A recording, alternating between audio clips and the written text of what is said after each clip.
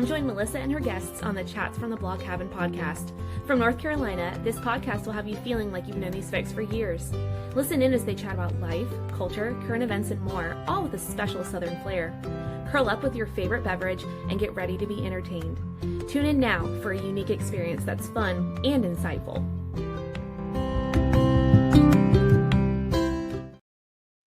Hey y'all, welcome back to another episode of Chats from the Blog Cabin. You know, the show where I virtually invite people into the Blog Cabin to chat about life. And boy, are we going to chat about life right now. Joining me again today is David. He wrote A Hate Crime in Brooklyn. He was on a previous podcast, and I will link that episode to this episode in the show notes. But David is going to come on, and he is going to write, or is not going to write, he's going to tell us about what every protester should know and what you should do during a protest, because there are some do's and don'ts in protests that I think a lot of people need to be aware of. And, you know, right now with everything going on with immigration in this country, it's very close to my heart, with my husband being a permanent resident. I'm putting it out there. He's a permanent resident. Nobody come after him, because they'll come after you. But so David, thank you for coming on, and tell us a little about your background before we talking about what protesters should do. Well, thanks so much, Melissa, for inviting me on the show again. As you had mentioned, the first time we got together, it was all about the novel I have recently written called A Hate Crime in Brooklyn, which was my first novel, even though I've been practicing law for so many decades. I almost hesitate to say it because it reminds me of how old I am, but for getting close to 5 decades now, and I've been a criminal defense attorney throughout my career, and the novel is dear to my heart because the protagonists in the novel are both the male protagonist is African American that was in many ways victimized by the criminal justice system. We're not here to talk about that aspect of it. And other aspects, which I'd love for people to find in the novel itself. But the female protagonist is from Albania, and she is definitely confronting a number of issues that are personal to people that have immigration challenges, not necessarily the kind of challenges that we're going to talk about today, but just the fact that the novel is about people from diverse backgrounds. And my practice itself does involve a host of people with immigration challenges. It's more than appropriate, I feel, that I can comment, and it's great to have an opportunity to discuss these issues on your show. Yes, for sure, because I think that's an issue. A lot of people think that, and especially when you see a lot of these people that are being taken, when they're showing up and doing the right thing, they're going to court, they're showing up for their court dates, they're doing what they're supposed to be doing, and they're still being taken, and people don't know where they're at. So let's talk first about that, and then we'll talk about what the people that are protesting and what they can do to affect change. Absolutely. I mean, one of the things that is hard to even grapple with as an attorney is that I am certainly going to only give advice that's completely within the four corners of the law, that is both legal and constitutional in every way.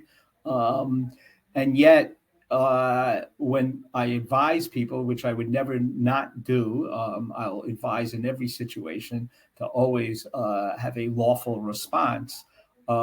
It sometimes gets a little bit difficult because in terms of what they are confronting, the law is seemingly disregarded, either overlooked or regarded as an unnecessary barrier in the way of the end goal of what the current administration wants to accomplish. That's number one. Number two, the current administration is trying to not only expand the law in a way that makes their powers more all-encompassing. They're either trying to stand the law on its head, or they're trying to just obliterate it. So unfortunately, we're living in a time where, and not to get too subjective, but it's also extremely troubling that so frequently we've always regarded the federal courts, especially the highest court, the Supreme Court, as the last vestige of protection for people's civil liberties and for people's rights. Whereas now it does seem that they are more a rubber stamp for the absolute power of the president, which is just, we live in a troubling time. I mean, that makes too much of a political statement, then I'm willing to make it. But we really live in a extremely difficult and troubling time because the landscape keeps shifting. It seems like the power of the executive, the power of the president to do as he wishes seems to just keep expanding. And his immunity from any repercussions seems to be not only narrowing, but it seems to be everything he does seems to just be validated by a judicial system that always used to be regarded as the forum which would stand up to overreaches by the executive. So that, the advice I'm going to give, that's just, I know not to digress too much, it's still going to be within the four corners of the law. And, which actually it should be. Everybody should be obeying the law, regardless of who you are. Yeah, and regardless of what the what you confront, even if you are confronting something that makes you feel like, how can this possibly be legal? How could this possibly be done to me? You still have no choice but to respond in a legal manner, and that's what I would advise. I mean, just to talk a little bit. I know this is where you want to go, so I guess I'll just start there. But you can please feel free to interrupt or ask me to elaborate at any time. But I know we're going to talk about protesters, and the thing is, in advising a protester as to what to do, my advice is really going to be the same for a citizen, the same for a permanent resident, the same for somebody who's undocumented, the same for somebody that may be even facing criminal charges that they are appearing in court for, or the same for somebody who is in a precarious legal situation in any other ways. For all those groups of people, is really a standard advice that I give everybody in every situation, even if it's not a protest situation, even if it's a situation where you've been taken into custody or wrongfully accused of a crime. And that is, you do not have to say anything. You do not have to respond. And if you do respond, the only response you should give is, you need to talk to my lawyer. Or to say, I want a lawyer. I have nothing to say. I am exercising my right to remain silent. And anything I have to say, then you will either have to contact my lawyer, or you'll have to provide me a lawyer, and the lawyer will be my spokesperson. That is the soundest advice I could give everybody in every situation where they're confronted by anybody that's part of law enforcement. And even I would even say that if you're not sure whether they're part of law enforcement, that should still be the response. There is no situation where you have a obligation to speak. And I would say that it's not in the interest of anybody to speak. I'd even be hesitant if somebody just comes over and asks you for, certainly if you have concerns about your status, to just carte blanche, give even identification information that could easily be given by your attorney.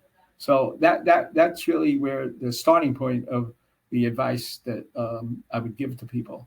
So my question for you is, because you hear so much on the news, there are people that are being taken, but they're not allowed to see their lawyers.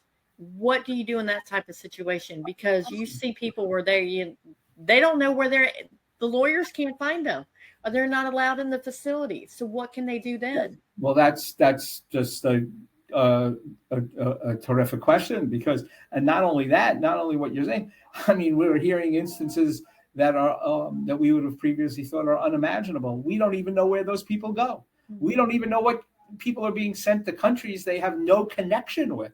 Yeah. And people are not only being sent to countries that they have no connection with, they are literally being taken in custody by people who are supposed to be part of law enforcement that have no identifying insignia, that are even masked.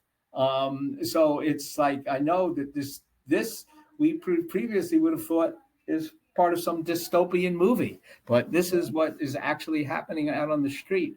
But even in those situations, I don't think you have much of a choice. I think you need to remain silent, and the attorneys will be petitioning the courts. They will be filing writs. And I think we've been reading about successful writs where people, their whereabouts have to be made known. The reasons why they're in custody have to be made known, and the lawyers can litigate it from there. I mean, it even goes so far as having writs where, fortunately, a number of them have been successful, where people have to be returned from a country where the lawyers and their family didn't even know where they were. But what I come back to is that these things seem like so almost incomprehensible to be taking place in the United States. But the response, I would say, still has to be within the context of what we would still like to believe ultimately the United States is. And that is, ultimately, the United States is a democracy. Ultimately, the United States has a constitution. Ultimately, the United States has people have civil liberties, and there's a Bill of Rights, and the lawyers know how to assert those rights on behalf of their clients. And if I could give advice for somebody to do anything else on their own prior to the entry of an attorney, I would give it. But I don't see how anything of that nature would be lead to anything that would do anything but be used against you. It's like, I have many instances in criminal cases where no matter what advice a client has, when they're in that moment, when they're confronted by law enforcement, they cannot help them. And particularly if they feel that they are in the right, they feel like they have got to do something about it. And then they will also, law enforcement can be, I mean, I don't even know that law enforcement feels constrained in any way now, but, traditionally, law enforcement has been mindful or concerned that there's the famous Miranda warnings of having a right to remain silent, having a right to an attorney. And previously, and I'd like to think to some extent today, although these Miranda warnings are not necessarily applying in the immigration context, but people feel like they still want to try to talk their way out of it. And they'll, be told by the law enforcement person that, I'm just trying to help you. I'm just trying to listen. I don't have an axe to grind. Or hold out inducements to provoke you into talking, even if you're reluctant. I can guarantee you one thing: of all my experience as a lawyer, that will 999 times out of 1,000 will lead to evidence against you. Will lead to being turned on its head against you. Do not do it. Do not think, no matter how right you believe you are, no matter how smart you believe you are, do not think opening your mouth is going to lead to a productive result. It will only make matters worse. So again, I say, wait, try it, be strong, make sure you have counsel. That's why you need an attorney in these situations. And if the government is violating those rights, just going to require you to be stronger until that advocate can get involved and claim those rights for you and vindicate you. That's the best advice I can give. Also, the same advice I give: if anybody knocks on the door of your home, do not have to let them in. You could say, I have a lawyer, contact my lawyer. Unless you see a judicial warrant, if you see signed by a judge, you do not have to open the door to your home. So you do not have to be talked into surrendering, which is what oftentimes will happen. Even if somebody says that they're from Homeland Security and they have a right to enter your home, you ask, I want to see a warrant. And if I don't see a warrant, I'm not opening the door. The frightening part for me is, as I said, the times that we live in, I don't know to what extent anything is being respected anymore. So I don't know what happens in terms of, I mean, do you feel like it's like I said, I sometimes feel like I'm living in a world that I never thought could be in the United States. And, people with masks just confronting you, taking out weapons and taking you into custody, not respecting any of your safeguards. I mean, I can't tell you that these things are not going to happen because they keep happening today. But I can only say, that we're all hoping for a better world, and we're all hoping that if we're strong enough to act within the law, that ultimately the law will prevail and you'll be vindicated. For sure. And there's a couple of things that I want to point out that you said. First of all, anybody that's ever watched any police drama on TV know the trickeries that they use in the little, when they're in the box, I should say, or in the room when they're interrogating them. So first of all, I just finished watching an episode of SVU yesterday, and they're like tricking the person to make them think they were their friends. So everybody has to watch that. Second of all, how do we respond? Because there's so many, like, I've seen reports where people that are pretending like they're immigration or pretending like they're Homeland Security, and they're abducting women. How can women protect themselves? Because women are being abused and they're being raped and, by people that aren't even Homeland Security. That's just a way for them to grab women off the street. How can they be more vigilant about that? Yeah, I mean, it's like I said, I wish I had a magic answer. I just don't, I don't know what the solutions are. I don't know how. I wish that there was a way to prevent it. I wish there was a way that you could feel comfortable that if you cried out to anybody in law enforcement that you would be protected. But I don't know. I mean, I just don't know. To me, in my position, I feel like the only safeguard you have is when a lawyer enters the picture and tries to protect you. And ultimately there'll be, I mean, it's no remedy, but ultimately, there will be claims made to compensate anybody for any illegal things that are done to them. But I just don't know what the answer really is, and obviously, I don't. I wish I had an answer. It's almost like, how do you answer? I mean, even these things are very, very, very difficult. Like, they're even difficult in the context of the criminal justice system, where, like, for example, people feel they have valid claims of self-defense. I have cases where people feel that they've been terribly, even maybe beaten and attacked, but there's then a duty to retreat. And if you can retreat successfully, if, like, let's say a person comes back and gets a weapon and then vindicates themselves with a weapon for something that was done to them physically, that you do not have any claim of self-defense. So even just mentioning that, where even if in your mind you're doing something that's right, you just cannot. What the saying always goes that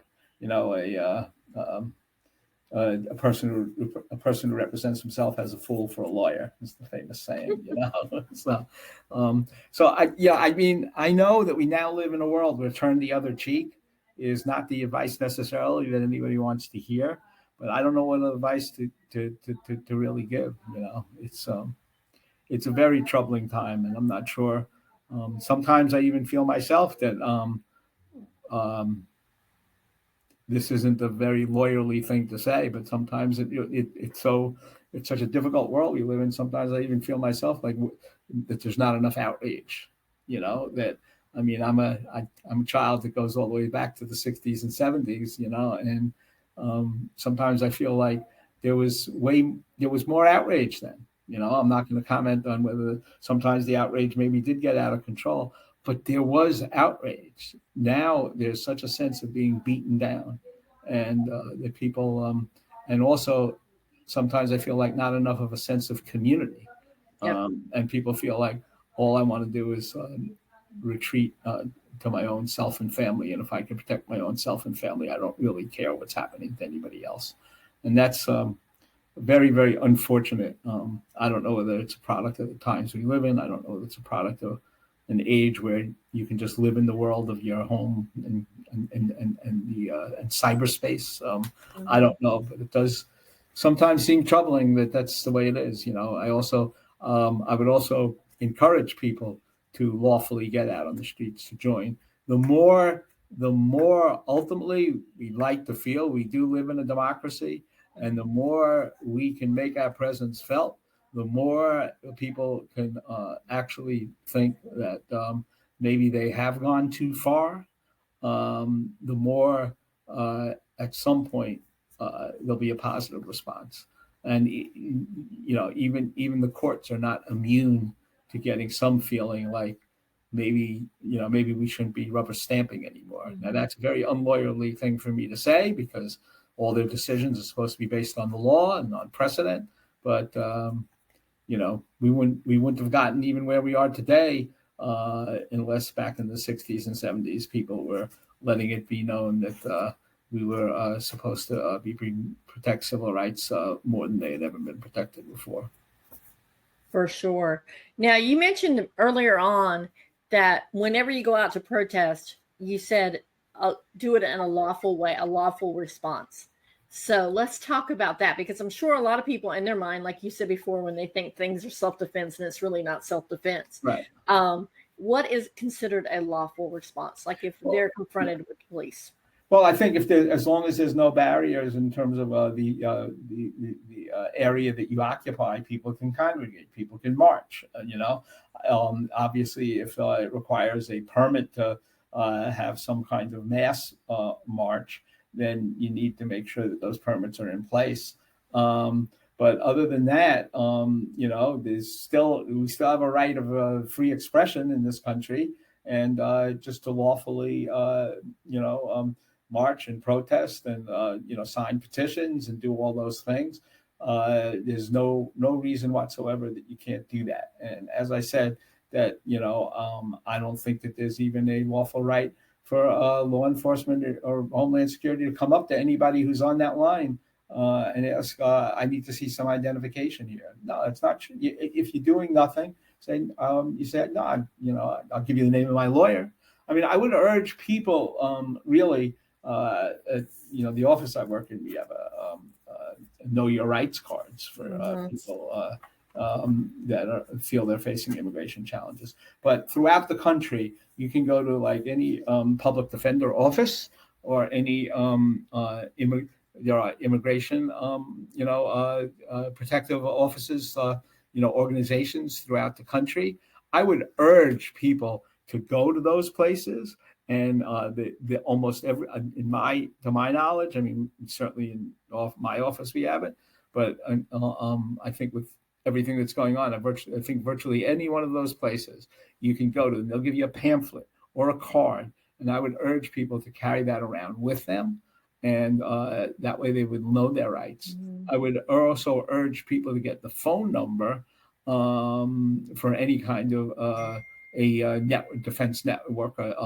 And just say, here, I don't have to give you this information. You call, they'll give me a lawyer, and then you can talk to us. I mean, I would urge people to do that. That's absolutely true. Because you may even think that by handing over some identifying material or having some brief conversation, that it's going to protect you, and you don't know what they're going to do with it. You don't know what they're looking for. They may say, I mean, I think as we were talking even before maybe at the outset of the interview, don't just think because you're a permanent resident that you're completely protected either.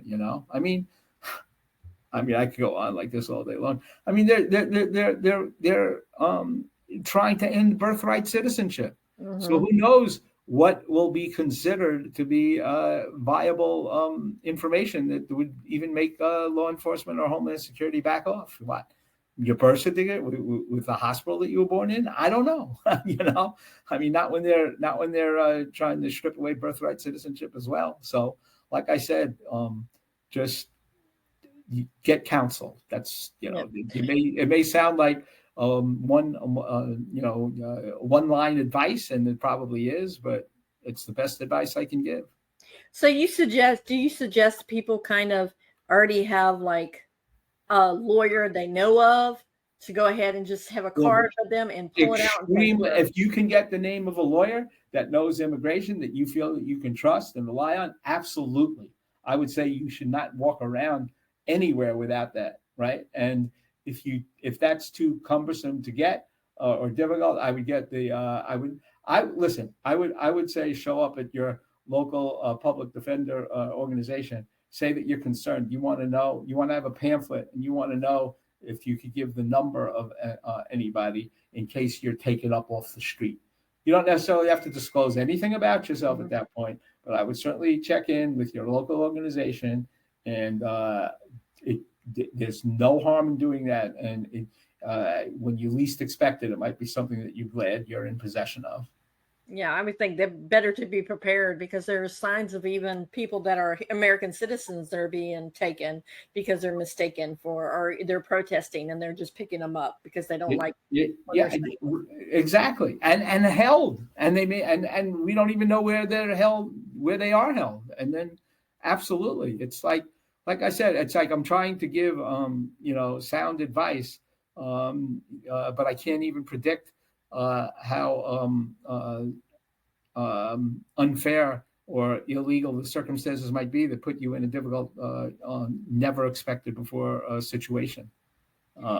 It's just, I don't know who of any of us right now could just feel like in no situation is anybody going to think that they have any reason to, bother us or detain us or accuse us of something. I mean, for example, there are even times right now where attorneys like myself and immigration attorneys are concerned because there have been threats made that when we give people advice, we're going to be charged with a crime of a conspiracy to obstruct justice, because we're somehow informing people of how to evade being apprehended by Homeland Security, when all we're doing is telling people what their rights are. We're not telling anybody to evade anything. We're not telling anybody to do anything illegal. But that doesn't mean, with the way the justice system is being wielded today, that it won't even be wielded against the lawyers with false accusations that we're somehow involved in doing something wrong. It's just it's unprecedented times, and you cannot be more vigilant and wise than right now at the time that we're living in. I mean, every day we wake up. I mean, the National Guard is now taking over Washington, D.C. It's just and there are threats that all of local law enforcement is now going to be taken over. I mean, I know we're not supposed to get too political here, but this is authoritarian. This is the stuff you read about in dictatorships, and when somebody comes into power in what we thought was a Western democracy, and all of a sudden it starts shifting in another direction. I mean, I don't know. I'd like to be completely optimistic about when it's going to end, but it could get more harder before it gets easier. So please be prepared. Yeah, for sure. And it's not about politics anymore. It's about humans. It's about human interest in being treated humanely. And a lot of people's like, well, they come here and they're illegal. So let's talk about that, because they're not illegal. They're undocumented. And you're a criminal defense attorney. So that being undocumented, from what I've read, it's a misdemeanor, correct? It's not a felony. Well, it's not just that. People could have asylum petitions pending, And yes, and it doesn't mean that there's been criminal charges levied against somebody. It doesn't mean that there even are any pending criminal charges. Yeah, there is concern, obviously, if somebody is completely undocumented, that they are at risk. But that doesn't mean that they don't have rights. That doesn't mean that they don't have reasons why they certainly should be held. maybe there's court dates pending in immigration court.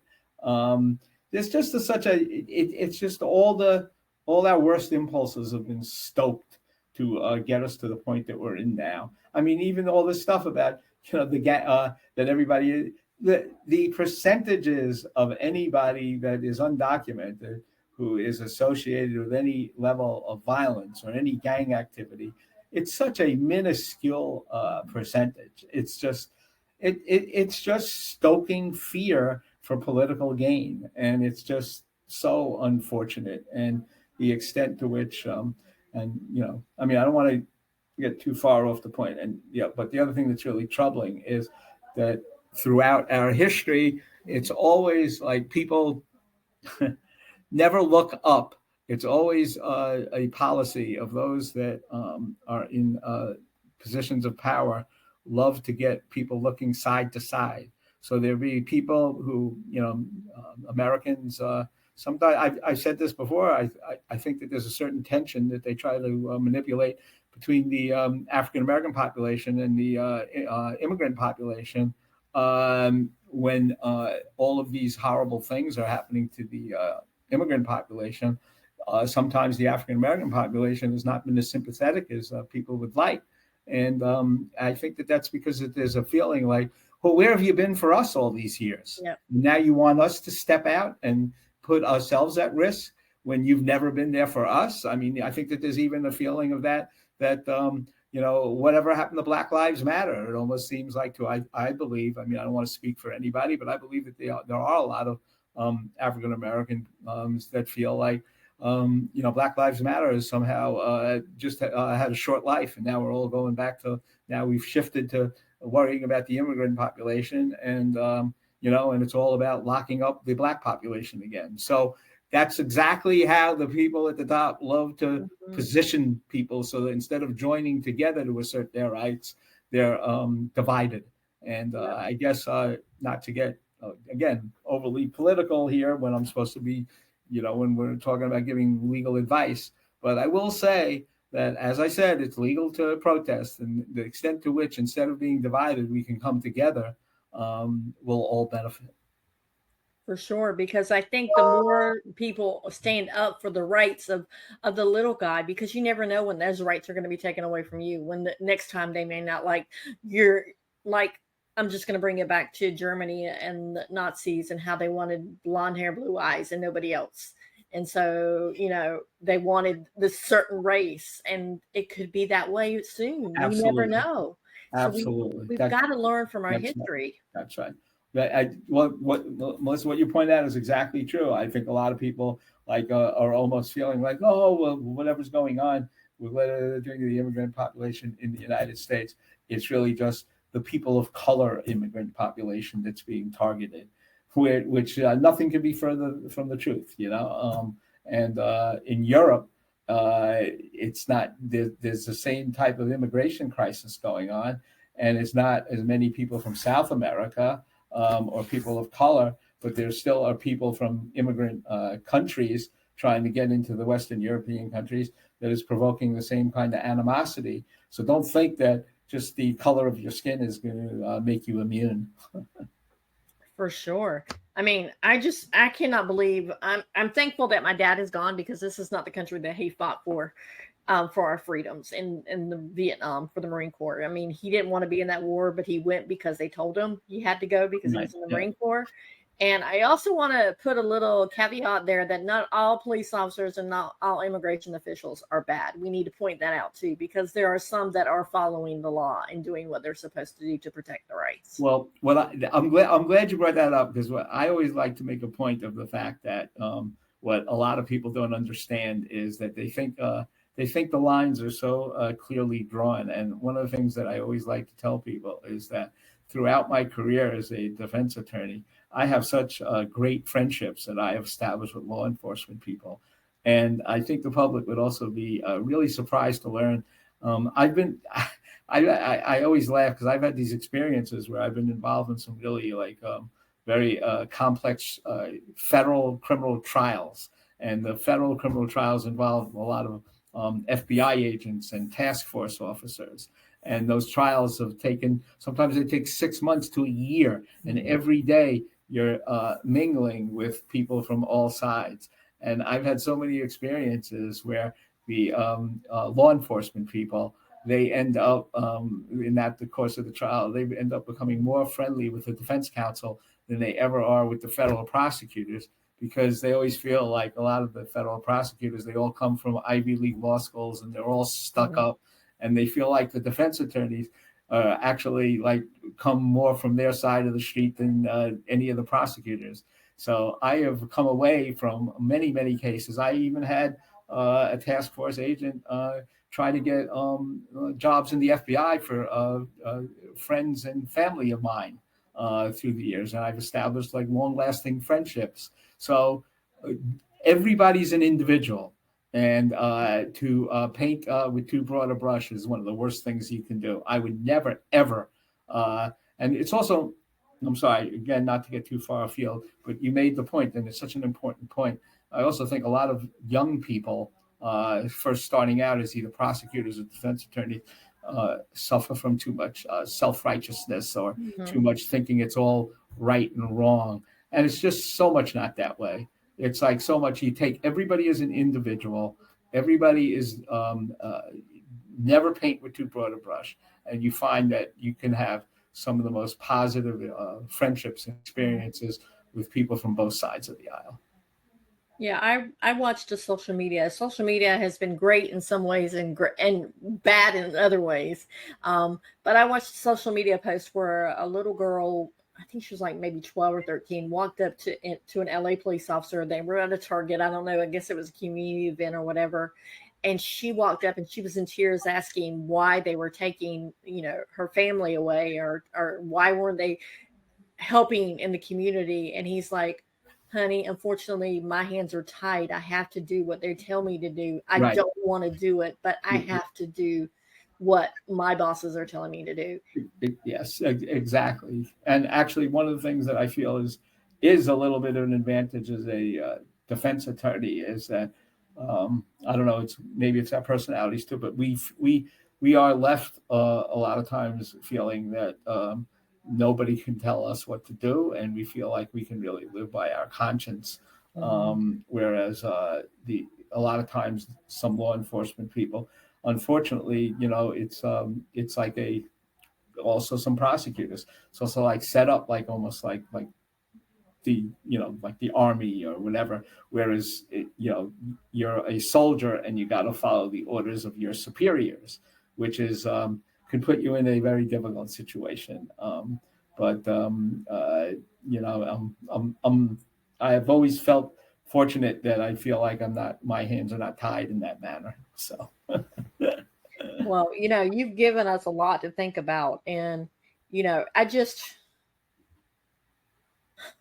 can't believe this country has come to what it's come to right now. I just can't. I mean, I would love to, hope that in 6 months' time we could have another chat where we could talk about how things are instead of now moving in the correct direction, that there's been a correction and we're moving in the correct direction.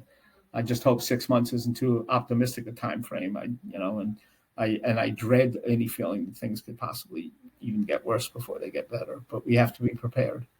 Yeah, I dread that. Unless we're willing to, like I said, it's what you said about Nazi Germany. The extent to which people will say, there for the grace of God, I'm just going to bury my head in the sand and not do anything because I don't want to be the next one they turn to. That's going to leave us all in trouble. So we really got to start thinking about, and I don't even care which side of the political spectrum you are on. We are reaching a point where you have to be feeling enough is enough.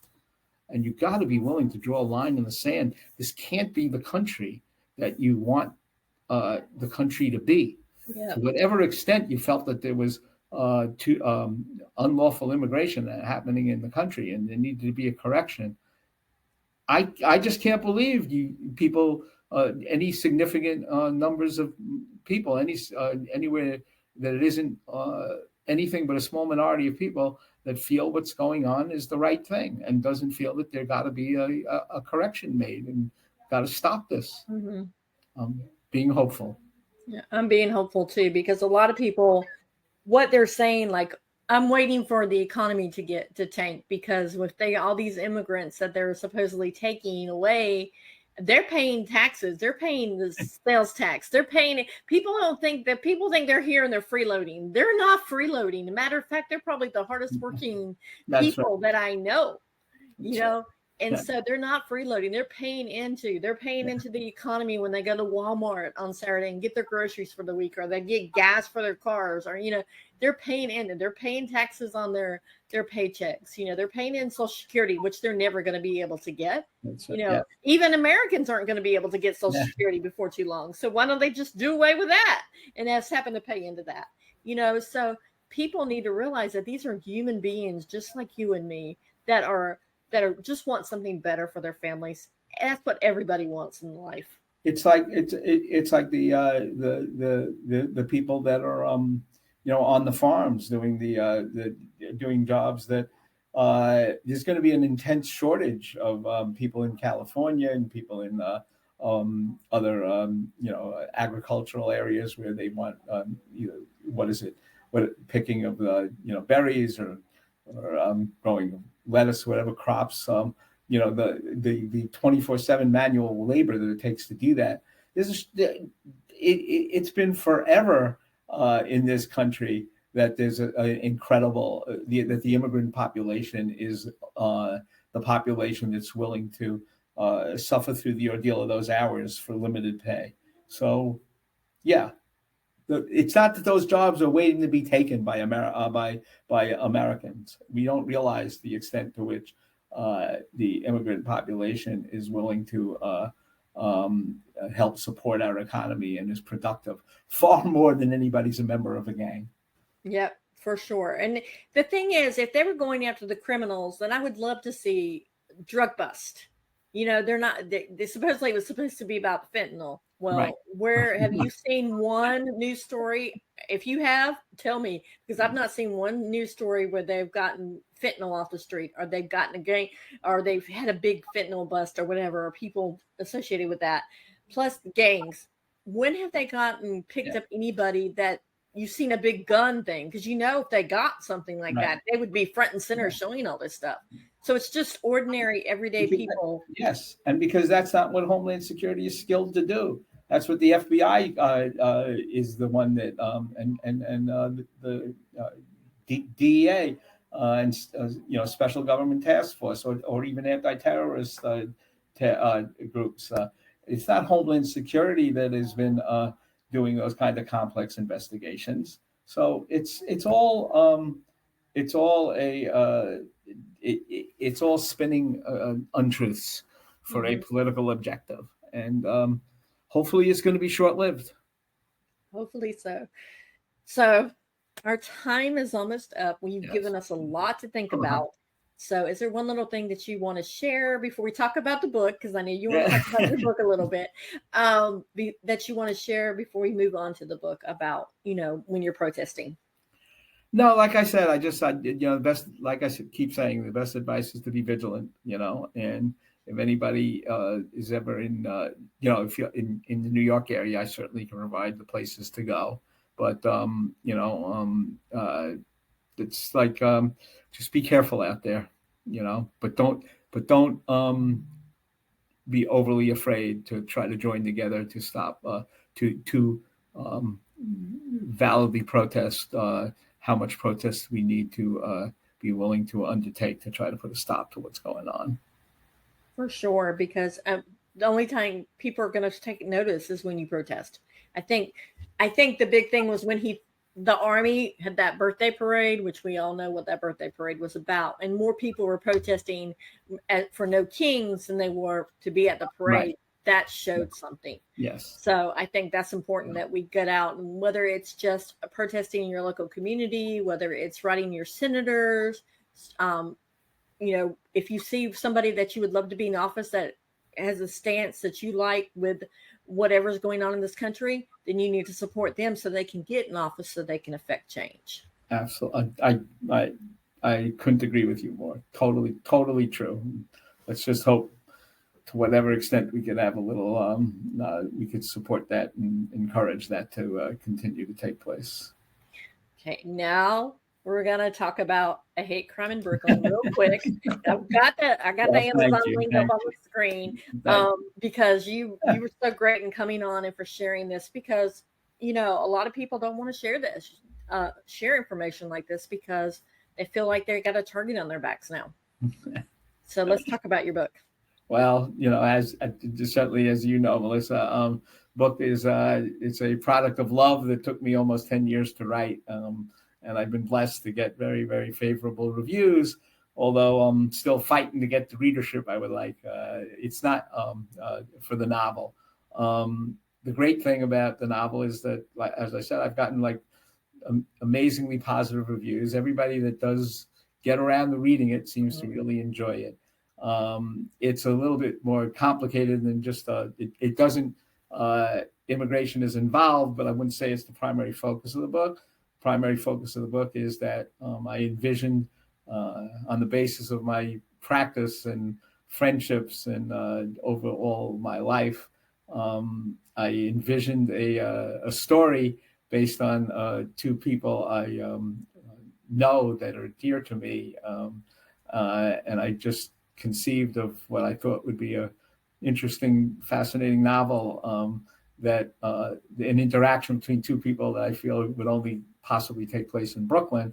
And by that I mean is male protagonist is based on a real client. It's a fictional story. I made up what really transpires in the story, but the origins of the people were grounded in real life. And the African-American protagonist is based on a real client of mine who's now a friend. And he was sentenced in the 1990s to a life sentence for a crack case, crack drugs, narcotics case during the time of the Clinton drug sentences. And he literally received a life sentence for a crime that did not involve the taking of a life or was overly violent. And in President Obama's last month of office in December of 2016 or 2012, times are running again, I guess it was 2016, he granted him clemency, and he actually came home to Brooklyn. And he's doing actually tremendously well now. And then I thought of, I had left Brooklyn for a little while because I'd practiced all around the United States, but I came back to Brooklyn in 2011, and I became friendly with an Albanian family and an Albanian woman. And for all the years I had practiced, I met people from every background, you name it, every country, you name it, I've represented them. And I never met anybody from Albania before, and I was surprised. And then I learned things about Albanian tradition and culture that was different than any other country I ever encountered.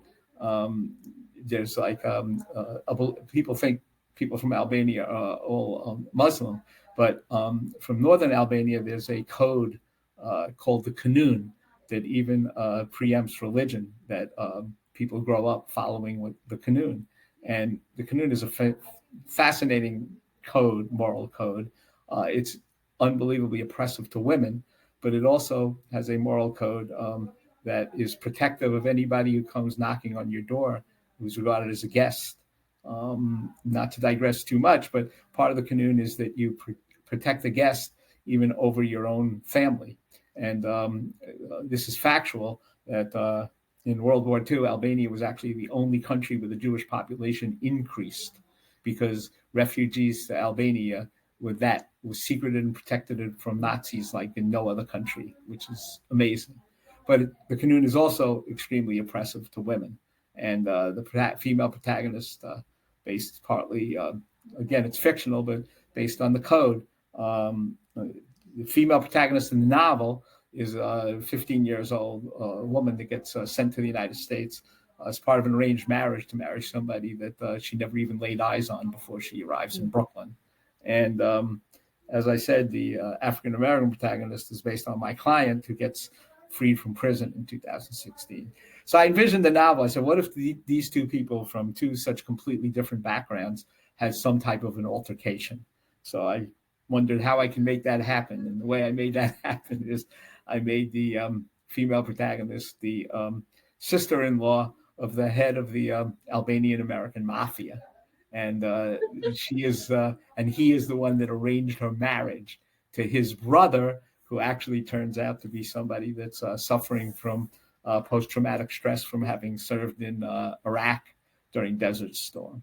So then I envisioned a scene where there's an accidental encounter between the woman and the African-American male, where they have a collision, and she loses a ring and mistakenly thinks that the African-American may have taken it from her.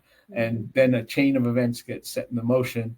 And I don't want to reveal too much, but there's a crime committed against the African-American, and the female protagonist named Sophia ends up being on trial for the harm that confronts the African-American. And that forms the focus of a trial, which I brought all my experience to envision how a trial like that would take place, which take place in federal court.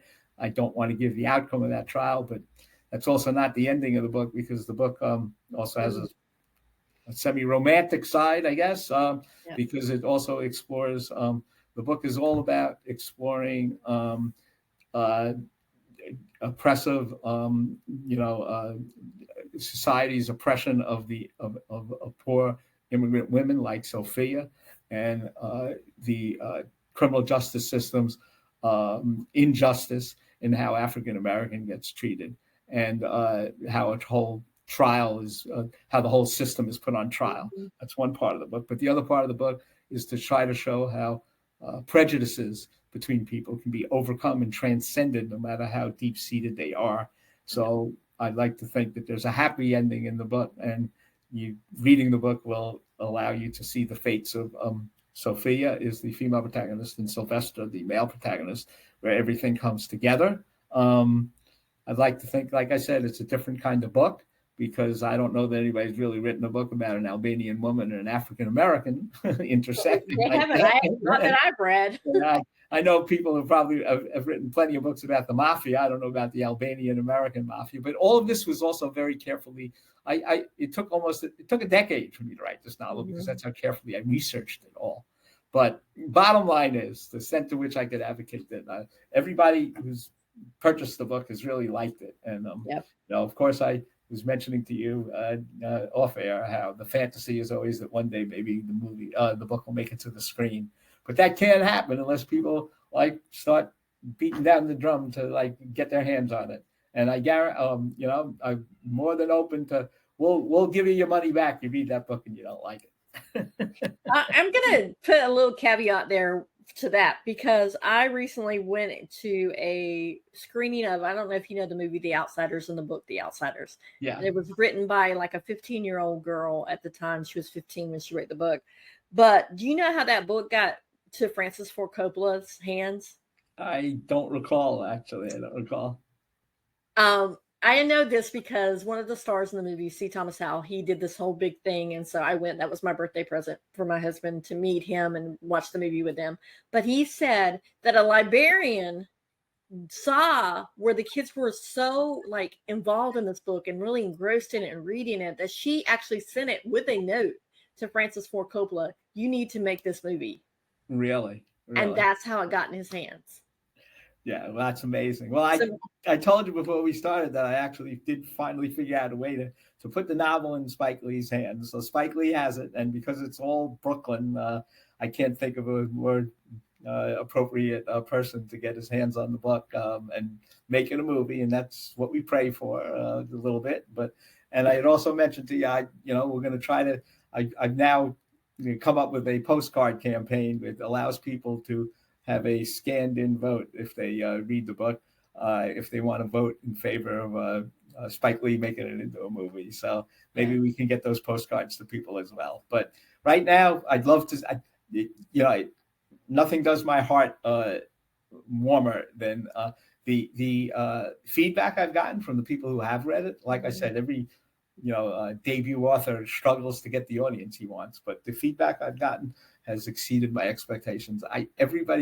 People come up to me all the time. They say they even people I know say that they read the book out of loyalty to me, and they thought it might be okay, but they can't believe it. They think it's just, they couldn't put it down. So I'm just hoping that, the feedback I've gotten from people who read it have like exceeded my wildest dreams. And I'm just hoping that people out there might really start to like gravitate towards it. And things go slow, it takes a while to build, but we've made it available. Last thing I was just saying was it's available everywhere, but you can buy Barnes and Noble, you can buy it on Amazon. Some of the local bookstores have it. Even some of the libraries are carrying it. They may have to order to get it for you, but it is out there. It's on Goodreads. It's very, very available. And not only that, it's available in, I love people to buy the hardcover, but it's available in hardcover, paperback, and it's available digitally. In fact, if that's the way you like to read, even though it's not in my economic interest, we've been running a sale on it for a long time, so you can actually get it extremely inexpensively. And if that's what you need to get it, put it on your phone. Yeah, for sure. And if you have a Kindle, then you can the talks to text, and you can be doing other stuff and listening to the book at the same time. So I'll put that out there. Thank you. So David, thank you for coming on and for sharing the wonderful wealth of information. That's great. I look forward to doing it, and anytime you'd like to do it. And I think I've even mentioned to you, maybe one day we can even get the real life protagonists of the novel on, because I think that they would be a fantastic duo to do a podcast with one day. I think so too. Thank you for putting that little idea in my head, because I think that might be our next way to go. Yeah, and if it goes on YouTube, they're a lot more pleasant to look at than me. So guys, I will put in the show notes everywhere you can find David, as well as where you can find the book. Also, we'll link into the book, the link into the podcast episode, the previous episode that we did together. So David, thank you so much for coming on. Thank you. It's always very exciting and a pleasure to see you. All right. Until next time, guys. Bye. Bye-bye.